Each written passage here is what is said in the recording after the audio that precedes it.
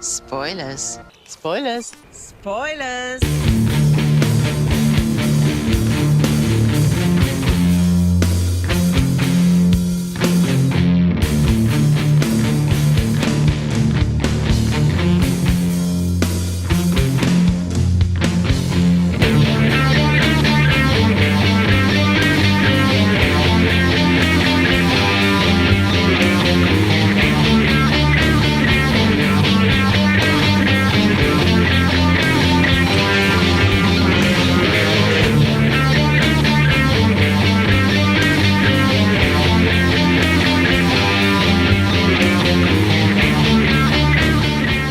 The day the doctor's finally here. We finally got a chance to actually get all these questions answered.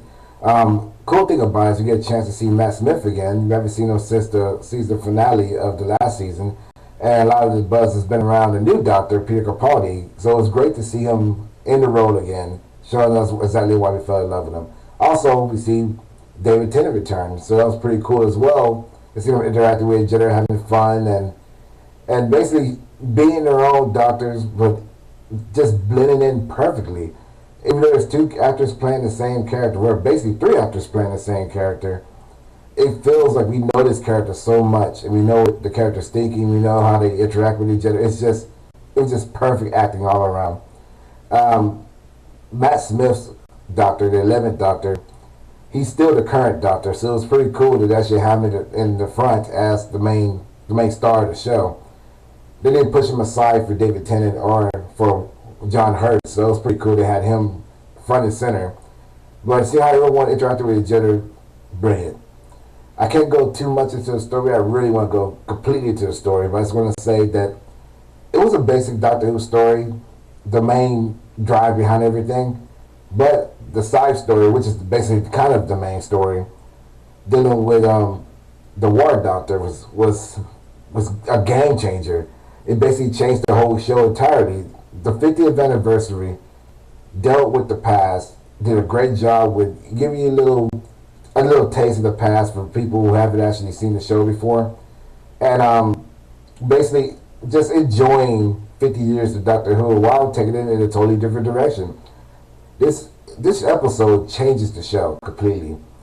Going forward, this place, I have no idea what's going to happen next. I mean, what's been established already has been changed, and unfortunately I had to touch on some of those things, and this would be a horrible review if I wasn't able to actually speak about some of those things. I usually try to avoid it, but there's no way around it this time. First thing I want to bring up is the Time Wars. We actually get a chance to see some more of the Time Wars and how it looks. It looks fucking fantastic, as the Ninth Doctor would usually say. And just all out chaos war. We get to see more Time Lords who are just regular dressed people. They're not dressed up in fancy capes and shoulder pads like the rest of them are. It was cool to see that they have an actual regular society that's just war ravished, just really fucked up by the dogs. The dogs are dicks in this. And you see the war going on, and you see the Doctor at that point, the lost regeneration, having to make that choice, he's got to live it for the rest of his life. And that's what the whole thing deals with. It has a story that brings them all together. And that story, like I said, is basic Doctor Who shit. But the main outcome is the Doctor faces himself and faces the biggest decision he's ever made. And he does not destroy Gallifrey. That changes everything. The whole purpose of the Ninth Doctor being so bitter and angry and hurt, going on to the 10th Doctor dealing with it, and harvesting this anger was because of Gallifrey, and it's still here. So now it changes everything. It shows the Doctor can actually change his own timeline. So everything that's happened so far has been changed around, and then also because this lost incarnation of the Doctor has redeemed himself, it kind of makes you wonder what actually kind of established that now he's the Ninth Doctor. Christopher Eccleston's the 10th Doctor now.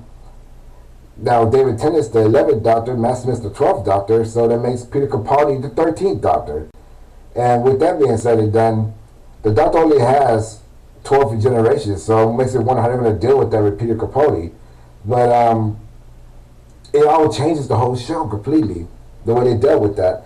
And we also get a chance to see some of the older doctors. We get a chance to see Tom Baker return. We didn't see Chris Eccleston return. That really pissed me off. You're a fucking dick.